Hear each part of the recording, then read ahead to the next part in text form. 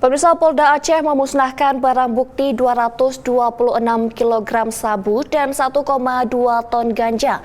Hasil pengungkapan Ditres Narkoba dan Polres Jajaran dalam 3 bulan terakhir. Pemusnahan itu berlangsung di depan Aula Presisi Polda Aceh pada Selasa lalu.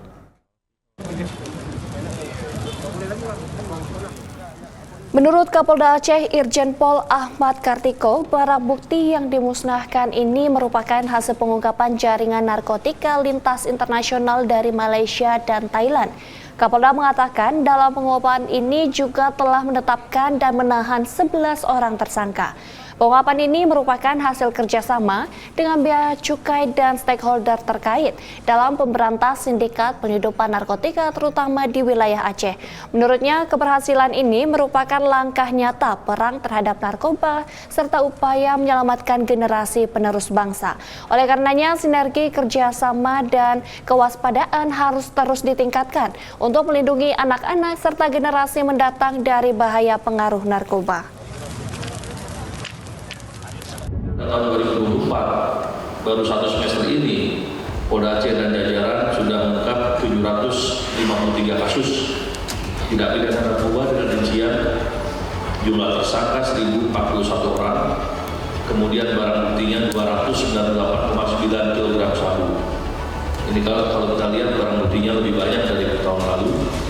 Kemudian juga 1,2 ton narkotika jenis ganja dan 5.003 butir ekstasi. Sudah 14 hektar ladang ganja yang kita musnahkan dan juga ada tanaman 39.614 tanaman batang ganja. Dari perbandingan data tersebut dapat dievaluasi berarti bahwa terjadi peningkatan yang signifikan terhadap kualitas kasus dan barang bukti narkoba yang diamankan dibanding tahun sebelumnya. Ini bisa kita asumsikan sebagai fenomena gunung es. Bagaimana kita menunjukkan keseriusan dan ketegasan kami dalam memberantas peredaran ular narkoba di Provinsi Aceh.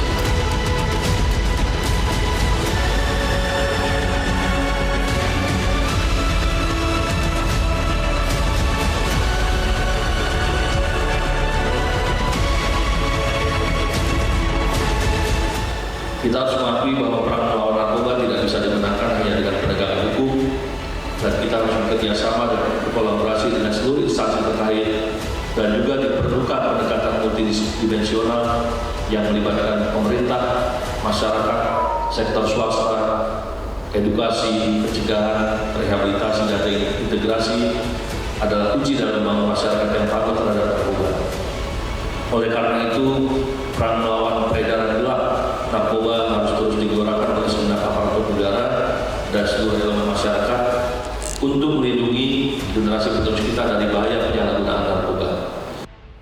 Seorang residivis kasus pencabulan terhadap anak di bawah umur kembali ditangkap aparat kepolisian karena diduga kuat sebagai pelaku pencurian disertai dengan tindak pidana kekerasan seksual terhadap seorang wanita paruh baya di Talang Kelapa, Banyuasin, Sumatera Selatan.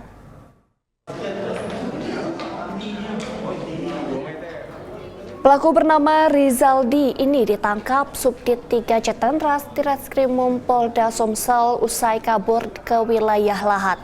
Direktur Reserse Kriminal Umum Polda Sumsel, Kombes Pol Anwar Reksowijoyo mengatakan pelaku beraksi dengan mengancam dan mengikat korban saat sedang berada sendirian di toko. Setelah berhasil melumpuhkan korban, pelaku kemudian mengambil uang tunai sebesar 22 juta rupiah dan 1 unit ponsel milik korban. Tak berhenti sampai di situ, pelaku juga membawa korban ke lantai 2 dan melakukan tindak pelecehan seksual. Aksi bejat pelaku kemudian dipergoki oleh suami korban, namun pelaku berhasil melarikan diri. Atas perbuatannya, pelaku Rizaldi dijerat dengan pasal tentang pencurian dengan kekerasan dengan ancaman hukuman maksimal 9 tahun penjara.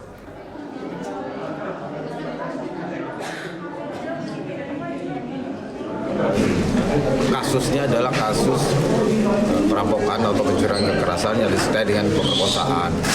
Ya, jadi untuk yang bersangkutan sendiri merupakan orang yang dikenal oleh korban dan memang dia tahu situasi di seputaran tempat sekitar sore hari, bersangkutan masuk dari belakang dan mengancam korban, mengikat korban dan mengambil barang-barang korban. Pada saat diajak ke lantai 2, nah itu si korban diperkosa oleh pelaku. Kemudian ketahuan oleh suaminya dari lantai bawah dan pelaku melarikan diri lewat pintu belakang. Nah, di sini tim bekerja keras untuk menangkap pelaku dan syukur alhamdulillah tanggal 19 kemarin ya bisa kita tangkap. Jajaran Satreskrim Polres Trenggalek memberikan sejumlah santunan dan bantuan sembako kepada korban pencurian dengan kekerasan yang menimpa korban seorang kakek-kakek berusia 82 tahun di Jalan Raya Trenggalek, Ponorogo, Kelurahan Ngantru, Kabupaten Trenggalek. Kapolres Trenggalek AKBP Indra Ranu Dikarta melalui Kasat Reskrim AKP Zainul Abidin saat konferensi pers di Mapolres Trenggalek mengatakan santunan tersebut berasal dari sedekah sukarela seluruh anggota Satreskrim. Saat kejadian, korban bermaksud akan membeli jamu dan saat korban berdiri di depan toko, tiba-tiba korban ditarik oleh orang tidak dikenal. Korban kemudian dimasukkan ke dalam mobil di mana di dalamnya terdapat 3 orang tersangka. Di dalam mobil, mulut korban dibekap dan tas milik korban yang berisi uang sejumlah 14 juta rupiah direbut paksa oleh tersangka. Korban kemudian diturunkan di tepi jalan dan akibat kekerasan tersebut korban mengalami luka di bagian hidung. Petugas kemudian melakukan serangkaian penyidikan untuk mengungkap kasus tersebut hingga berhasil menangkap 1 orang tersangka di wilayah Kabupaten Jember, sementara 2 orang lainnya sedang dalam pengejaran.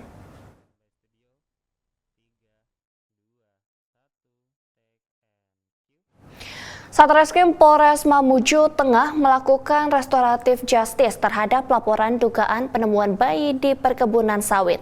Usai mengetahui bahwa kasus yang dilaporkan merupakan cerita fiktif, Kasat Reskrim Polres Mamuju Tengah Ibtu Freddy mengambil langkah mempertemukan kedua orang tua dari pihak laki-laki dan perempuan agar tercapai kesepakatan atas penyelesaian perkara pidana ini secara damai.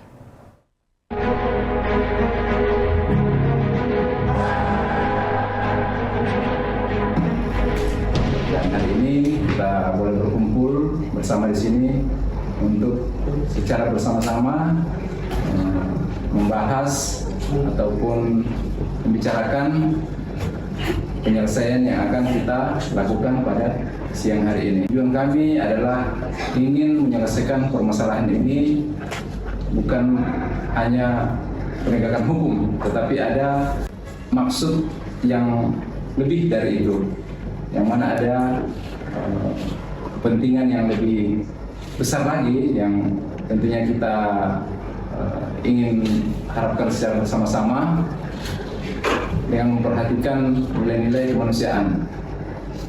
Kita ketahui bersama bahwa orang tua dari anak atau bayi yang sudah dilahirkan ini masih di bawah umur, yaitu ibunya.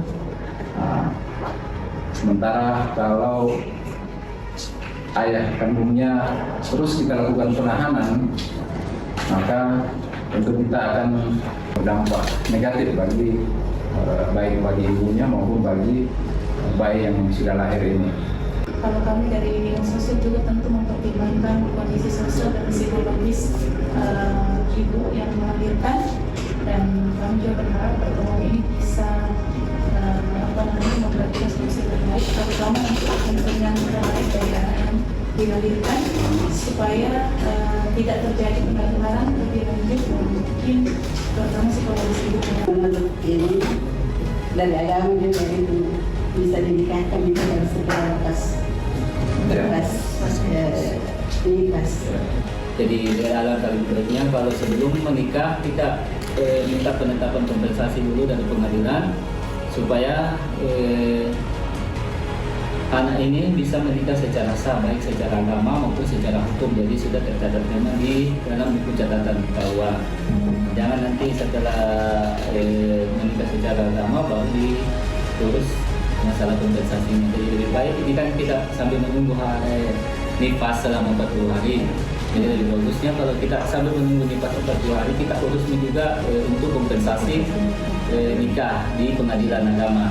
Nanti akan dibantu dari pihak dinas sosial maupun dari pihak PTD PTA Kabupaten Bukit Tengah. Jadi itulah pertimbangan kami mengumpulkan Bapak dan Ibu sekalian untuk kita bisa memecahkan permasalahan ini dengan mengambil solusi yang terbaik.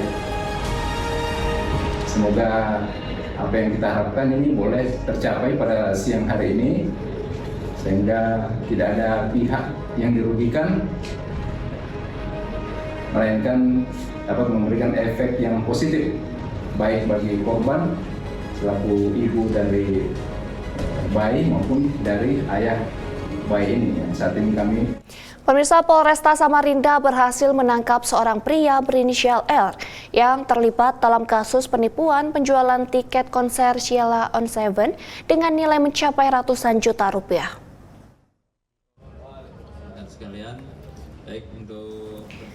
Menurut Kapolresta Samarinda Kombes Pol Ari Fadli, modus operandi yang dilakukan oleh pelaku adalah dengan menawarkan tiket konser secara online, karena sebelumnya telah sering menjual tiket konser hiburan lainnya. Namun untuk konser Sheila on 7, tersangka gagal menyelesaikan kesepakatan dengan pihak promotor. Setelah dilakukan klarifikasi dengan pihak promotor event, ternyata tersangka bukan bagian dari event organizer atau tim promotor pelaksana konser Sheila on 7. Tersangka kemudian dilaporkan ke pihak kepolisian dan setelah melalui penyidikan, pria berinisial R ini ditangkap serta ditetapkan sebagai tersangka. Adapun total korban yang terdata sementara ini mencapai 460 orang dengan total kerugian sekitar 280 juta rupiah. Tersangka dikenakan pasal penipuan atau penggelapan sesuai dengan ancaman hukuman 4 tahun penjara. Korban ini digunakan untuk Kapolda Sulawesi Tenggara secara resmi membuka rapat koordinasi lintas sektoral operasi Mantap Praja ANOA 2024 pada Selasa lalu. Informasinya setelah jeda berikut ini.